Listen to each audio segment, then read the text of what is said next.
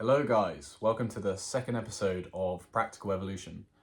Today, I'm your host, Connor Forsyth, and we have special guest Sophie Jones, and also known as my girlfriend. And the topic of discussion is Vipassana and the 10-day Vipassana retreat, or course, however you want to frame it.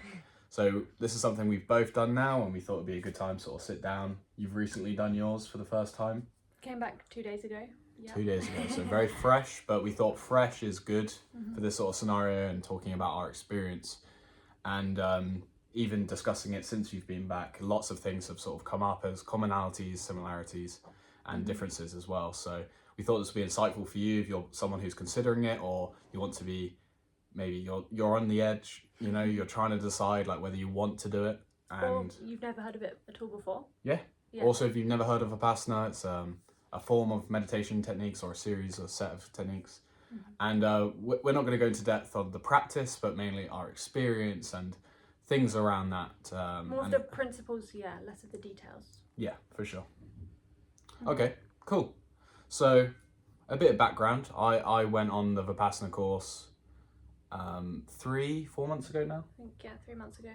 Yeah, and so I did it sort of impulsively is kind of the word I used, but I sort of heard about it. I was already sort of looking for something. I was searching for something a bit more intense, and I was at a place where it's like a lot of the other spiritual practices I've maybe done. I tried lots of different types of yoga, types of meditation, and they were good. They got me to a certain point, but I feel like I needed a little like breakthrough or something just a bit more intense to really take me to the next level. That's where I was at, and you want to say maybe where you were at? Yeah, the reason I booked mine was definitely, I booked it after you came back from yours, but I had heard about it a couple of years back and was always like, wow, that's really interesting. Maybe something I'll do one day. Like, I always had it in the back of my mind, but was never courageous enough to like know it was the time. But then after seeing you come back, it was obvious that, I feel like I had also was in a similar situation where I tried lots of different things and I had benefit from things, but none of them really stuck. Like, I always moved past them and they never stuck. Yeah, and so obviously it was a bit different for you because like you were maybe more influenced by my results or how I was being post Vipassana, and sort of me being really passionate and like set and disciplined in that sort of frame of Vipassana is quite a clear like incentive for you, I think.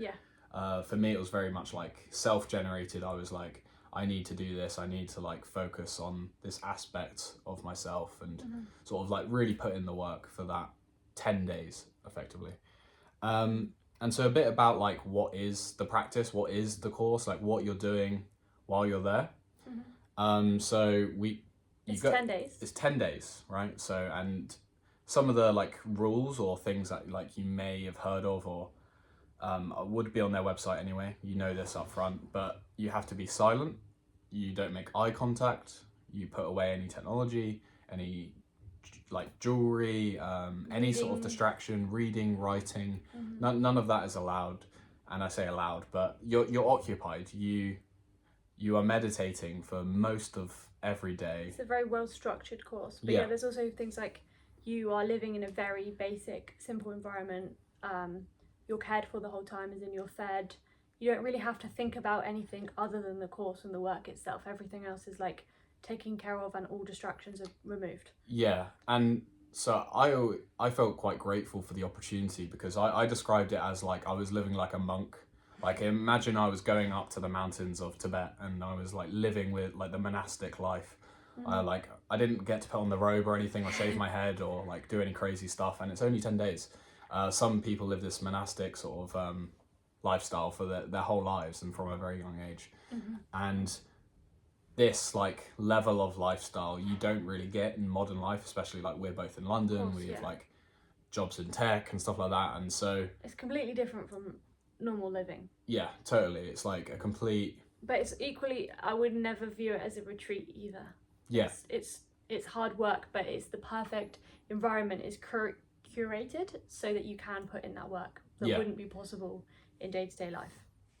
And so a bit about like the center as well is that, so you're here, you're doing this thing, you don't have to pay for it. So you go and it's funded by previous people that have taken the course, and these courses run like every month. There's multiple courses and people are like donating post doing the course, and it's been self-perpetuating since the 1950s. Like this isn't like some sort of weird like religious thing. It's like it's been self-funded and self-generated, and it's global, and there's centers all around the world. Yeah, you can only donate if you've completed the course. Yeah. So that's how it's self-funded.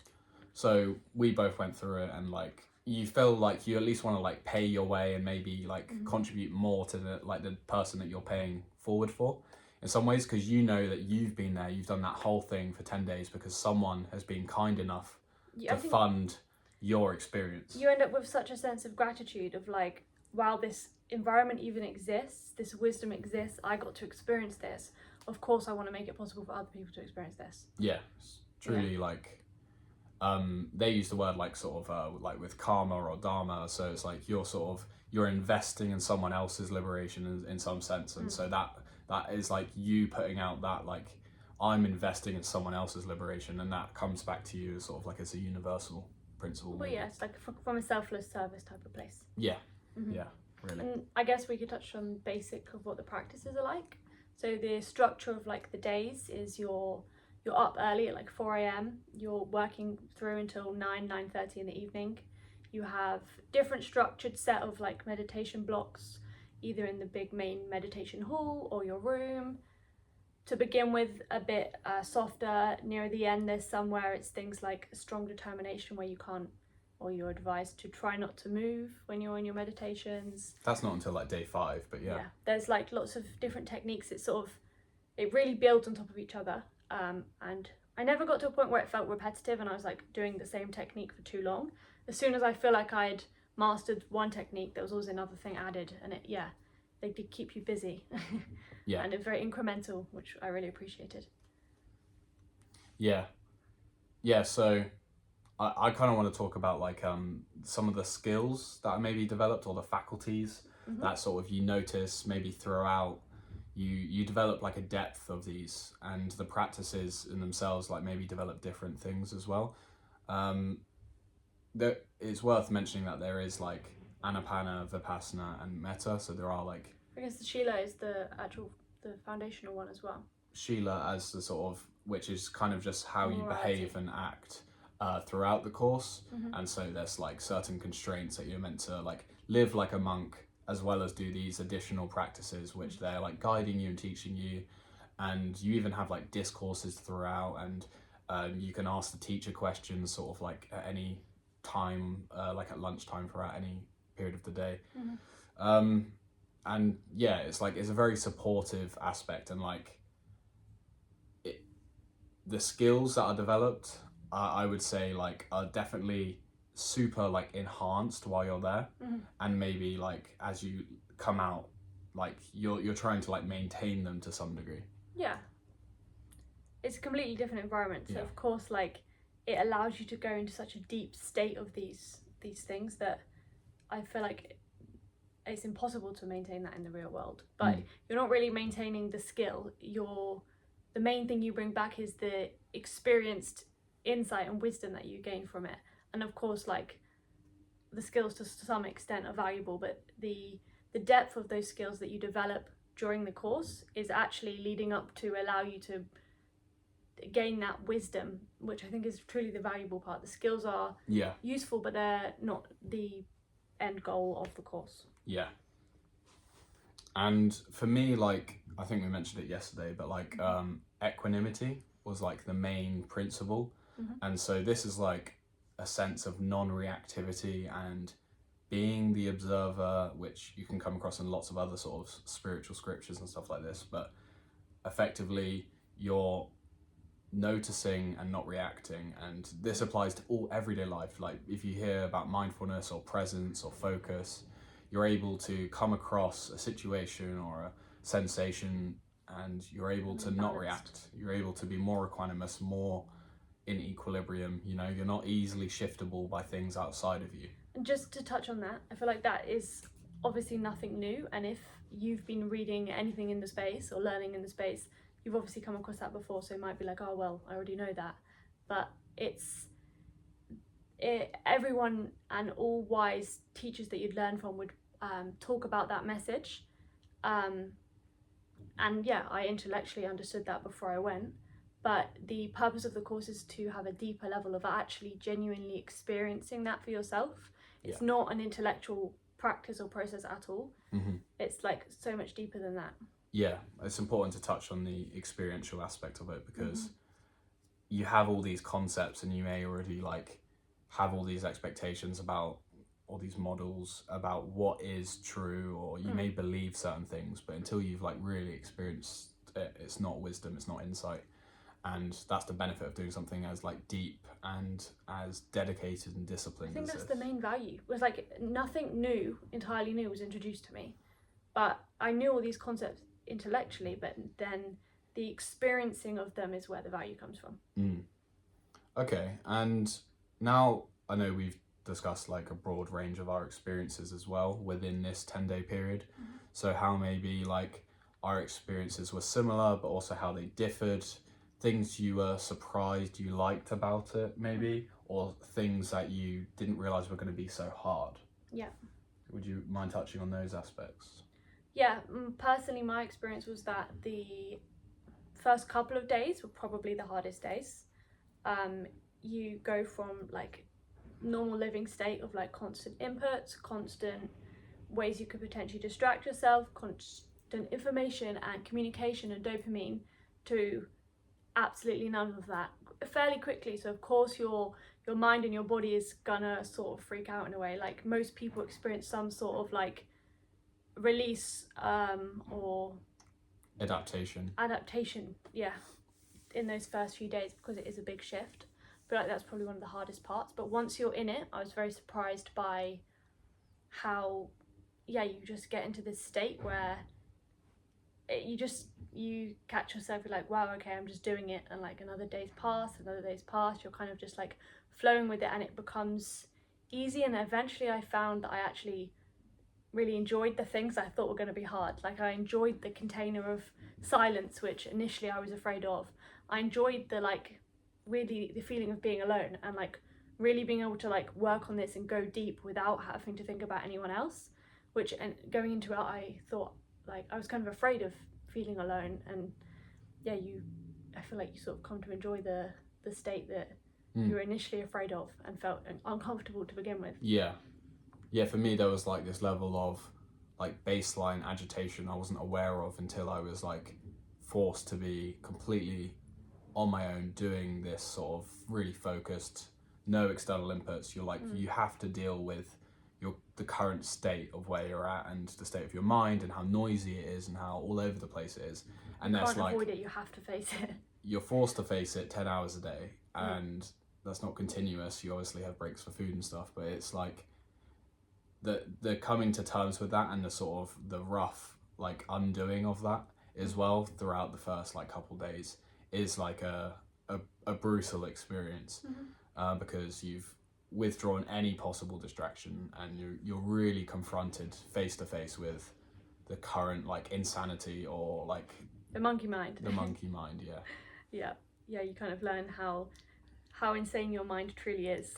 But yeah, I noticed the things I like ended up really enjoying about the experience were like some of the deep like states where you're like walking and you're maybe having like subtler sensations, and maybe you've like never sensed something in a certain way, and like you're actually like heightening your awareness to a degree where you didn't even know was possible before. And so you're like completely like unlocking these like these depths of experience. It sort of feels like you remove any numbness to reality. Like any ways in which you were like suppressing or ignoring what reality is, whether that reality is like your insanity in your mind, but also then once you've moved past that, you realize you have less numbness to like the beautiful aspects of reality, like living in the world and your physical body sensations in nature. You become more sensitive to everything. I think that leads nicely on to like the change that we experience. I know you're fresh out, but definitely like a lot of the change I noticed within myself during the process and even like post the process, and like integrating that into everyday life. And you obviously noticed a lot of change in me, I've noticed some change in you, and it's this interesting phenomenon where like 10 days of this like really intense practice and continuing it afterwards like really does fundamentally change who you are to some degree. It like makes you a more mindful version of yourself, a more present version of yourself, like a more healthy version of yourself. It feels like it doesn't change who you are, it just removes the noise. Yeah. Like what you're left with was always there, but the noisy, unnecessary, misery generating patterns, obviously not all of them are removed within one 10-day course, but you're liberated from some of that. Yeah. And I think that's why you see the difference. My like key like experience when I was out, like when I like day one out of the Vipassana course, was I felt coherent. And if you don't know what that means, it means like before I felt like a frayed, sporadic, branching tree as such, with like you can just imagine something sprawling fractally out, and then I became like a singular point, and there was consolidated, coherent, and it just felt so like aligned, and everything made a lot more sense, and any sort of external thing that was like a belief had been like let go of, and so it almost like undone everything that I was holding on to for the sake of holding on to it. You were holding on to all of this stuff right at an intellectual level, so it was like all dispersed and you kind of had to maintain it. But then once you've experienced this wisdom, you no longer need to maintain all these like mental patterns. They just naturally emerge when necessary. Yeah, so it made everything, either things went away or they became part of who I was, like as like known, learned, experienced wisdom. It was really like almost like a weight lifted off my shoulders to some degree. Like the change I experienced was like I was so much more coherent, and things were just flowing more effortlessly. I felt so authentic. There was less need to sort of like outthink myself when I was just showing up in the moment. It was conversations became easier. I was more authentic. Definitely. I felt like I had more clarity, and lots of those benefits have still your communication continued. Was like 10x. It was amazing to see. Yeah, it still is. Yeah. No, but it's fascinating like how becoming like more coherent can have that impact. And yeah, it really felt like from frayed to singular, and that correlates to so many things like authenticity, love, and all these other more like spiritual concepts as well. But it is profound, and that was definitely the change I personally experienced. It was all around that like more coherent, more authentic version of myself, and like just getting rid of everything else. Yeah, I can touch on some of mine. Yeah, go for it. Yeah, obviously it's harder to speak on it as it's only been a couple of days, but so yeah, I don't know the longer term effects, but the feeling right now is definitely I feel like I understand exactly what you said too, like no longer having to hold all this intellectual knowledge that I struggle to apply practically, and it required energy to maintain, was like consolidated into this experienced lived wisdom. I also feel so much more peaceful. I feel like before I had this, my sense of self-worth and self was generated entirely by external influences. So I was in this state of like constantly seeking acceptance, approval, validation, evidence that I was like worthy enough, which obviously creates like social anxiety, lack of self-worth, like transactional type of relationships, a lack of authenticity, and genuinely just like a lack of peace.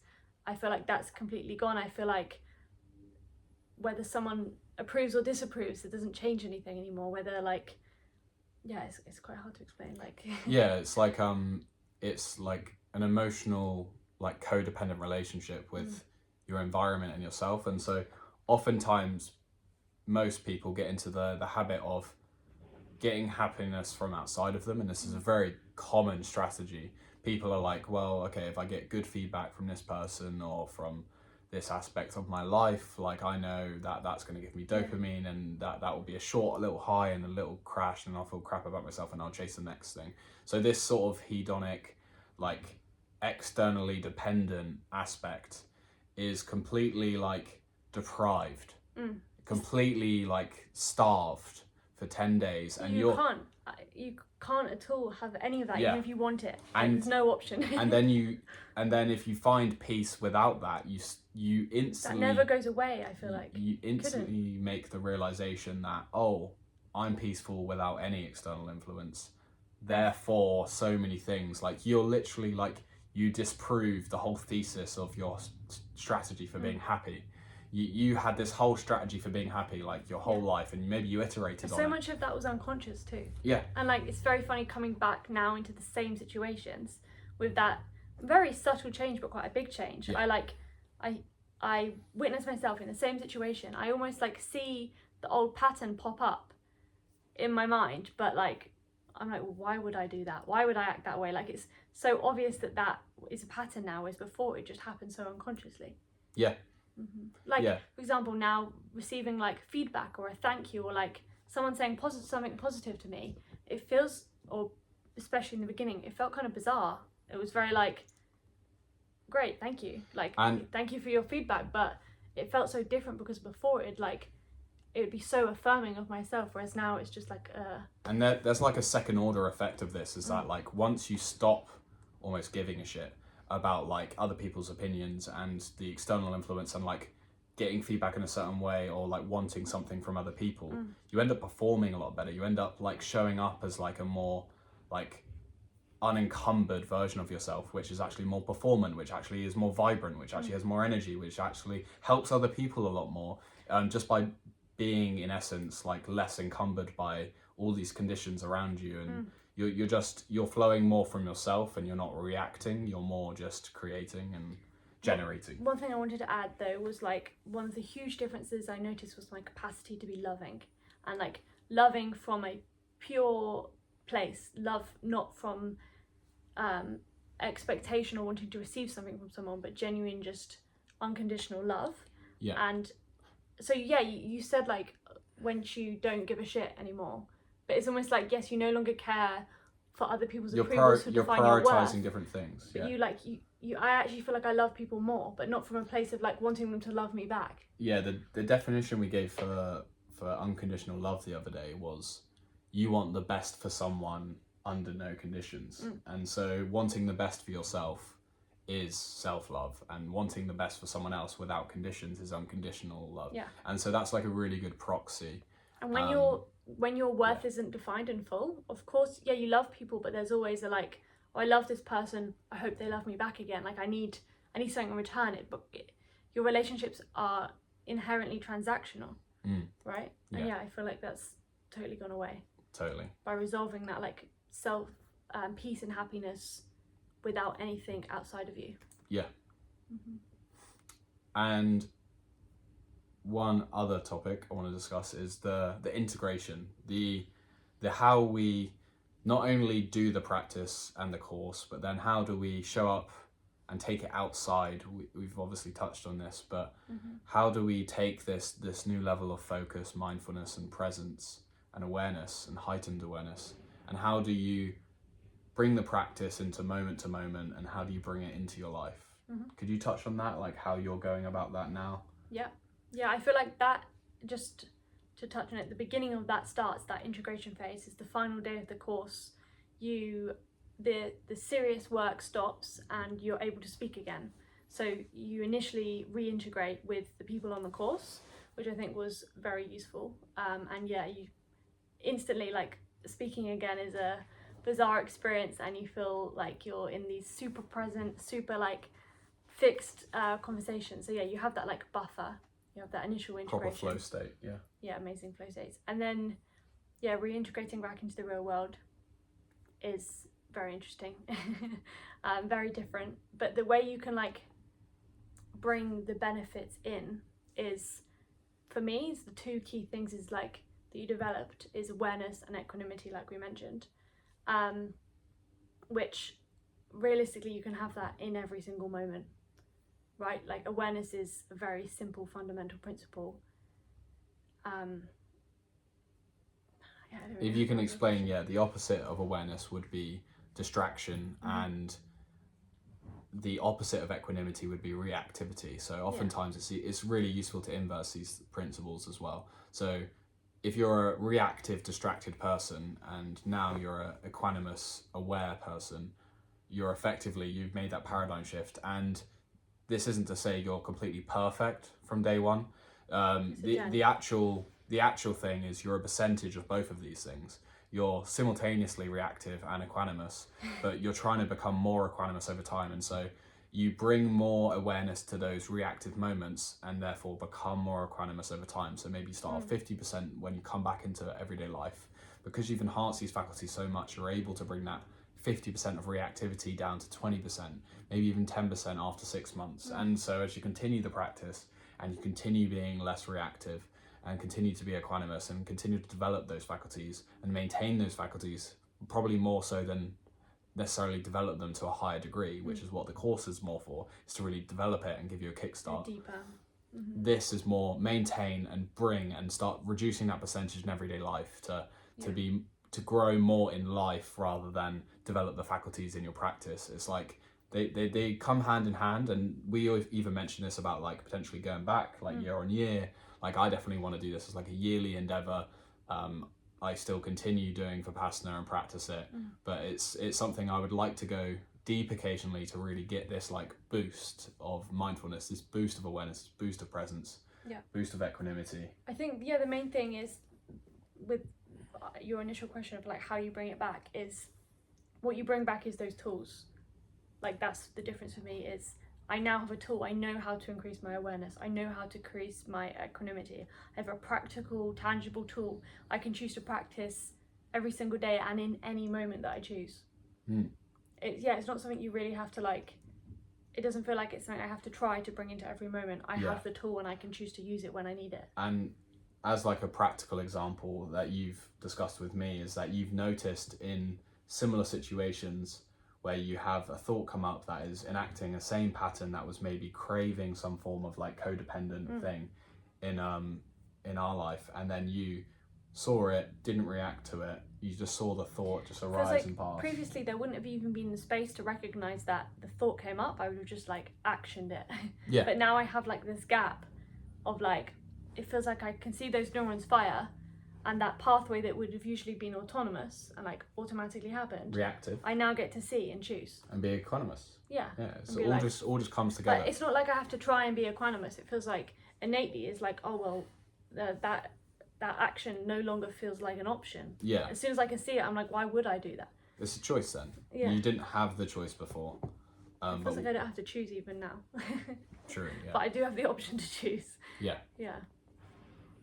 Definitely. But that space that gives you that is a very powerful thing. I guess you've seen some like more practical output wise like benefits too within your work. I found my ability to focus is insane, even like to my detriment in the first few hours. I was like so focused I couldn't think about more than one thing at a time. But I do feel like it's going to have a very positive impact on my ability to focus on my work and my craft. My ability to communicate with people, I feel like is going to be enhanced, and I've seen that benefit in you. So one thing for me is obviously because I'm more like there was less thinking, there was more authenticity that really impacted my communication skills to some degree. And obviously because I was more coherent and I had like dropped a lot of concepts, I was seeing things more objectively in how they were, and so then my problem solving abilities got increased. So I sort of leveled up my problem solving and communication skills, which as a software engineer is incredibly useful. And as someone who likes talking and sharing my wisdom is also incredibly useful. So it was like, for me, it was like a twofold, like, oh, okay, like doing all this inner work really generates like a lot of outsized impact. And it was funny you mentioned the short-term memory thing.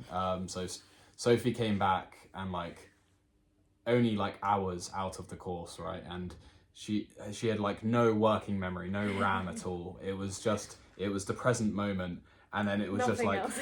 And it would just like snake, the conversation would snake, and then she would forget like where she was like 2 steps before. Yeah, And obviously so that it's tangent on tangent. my mind wasn't maintaining that skill because it wasn't necessary while I was there. It very quickly came back. So that's a symptom of like being present and focused. Extreme focus. And there was no reason for Sophie to think about the future or the past. It was just the present, and then so there was no state of the current situation, which is maybe like 5 seconds in the past and 5 seconds in the future. Yeah, it's funny looking back on it now. It sort of feels like a bit of a dream. Like I found that feeling as soon as I was back in that room speaking with everyone. It felt like reality again, because obviously that's like the majority of my life has been. I've been in the brainwaves of like speaking, communication, and in society, and then you kind of like go into this different state for the majority of the 10 days. Yeah. I feel like probably even a different brainwave state. Yeah, so I would probably guess it's the theta brainwave, which is more like REM or learning or unlearning in this case. So like in that state, you become like incredibly malleable, and you can like almost reconfigure your what is normally subconscious or unconscious, like the roots of the. And so you get to make a lot of your deeper psychological, maybe things you were forming in your early formative years, and you really get to make that stuff like reconfigured, more coherent, like less traumatic, and to some degree. To touch on that though, I feel like I did have an impact on the roots of some of my patterns, but not consciously. Like I had this expectation of like, yeah, I knew that it was going to be deeply changing some of my deep-rooted patterns and processes at the root level, and I thought that I would like consciously be like cognizing through those things, like thinking of them like, oh, now I'm processing this, and like thinking about different scenarios and situations and recontextualizing things. But on day 9, I really was like, when I was starting to think about coming out of it, I was like, oh, I didn't process anything, because my previous experience of processing was like mentally thinking through things. But now I've reintegrated, I can see that actually I was processing things, but in a completely different state, where it's almost like things were coming through and they weren't touching the edges enough for me to notice that what it was. It sort of shows the beauty of the practice. And I think this is a good way to sort of wrap it up, but it's like the beauty of the practice is like you don't know necessarily all the work it's doing on you. So you're doing the practice, you're following it, you're devoted to it, and you have faith that is. You have to surrender to it. And in that sort of like deep, like devoted, like disciplined state for 10 days, you don't necessarily know what it's doing to you. Like you're unlearning a lot of what you thought was you, or you're identifying as you, and within that you start to like realize who you maybe really are, or who you are without those things, and maybe who you could be as like your potential and stuff like that. And so the practice works on you as much as you work on the practice. Yeah, what I would advise for anyone who's thinking of doing it is to really only do it if you're completely committed and dedicated, and you're so ready to be free of your suffering. You're over it. That's how kind of how I felt. I was like, I'm so ready to put in the hard work. And it's just 10 days. I'm going to really surrender to this, devote myself to it, and put in all the work, because you get whatever you put into it. You made a really conscious choice. You were going to do it, and you booked it almost as soon as I came back. Every single person thinks about leaving as well, so be prepared for that and be ready to stick it out. My like general advice to you before was like, your mind will try and play every trick on you. It will try and rattle off every single thing it can and come up with any possible reason to leave. And that does quiet down maybe like day 3, day 4, day 5. Like you get through that. It like tapers off fairly quickly, but it will really try and grasp onto anything or come up with any sort of reason that is very convincing. And so this cognizing throughout will it will fade, but that is like my number one like preparatory sort of advice, and that was to you. And you were like, I think that prepared you quite well. Yeah. Was there any other advice that maybe I gave you before you went, or that helped you throughout? The only thing that comes to mind is more practically is like really appreciating the actual environment and the nature. That made a huge difference for me. Yeah.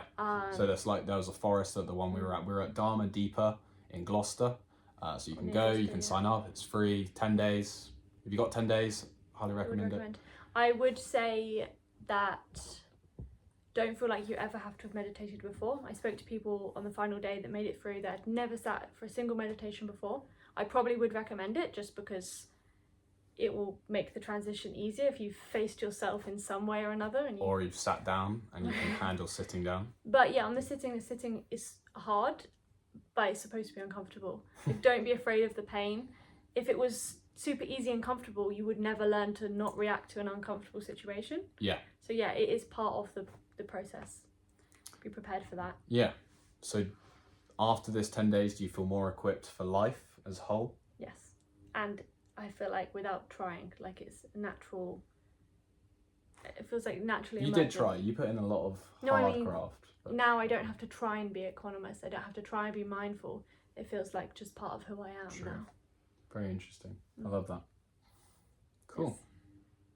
Yes. Anything else you want to add? I hope that everyone who's drawn to it tries it, finds some peace and happiness in it. Amazing. And this was helpful. Thank you, Vipassana. Thank you for watching. Yes. And yeah, we'll catch you next time on Practical Evolution. I'll have another guest next time. I know the first two have been with lovely Sophie, my girlfriend. But yeah, we're going to get some other like techie and startup-y people.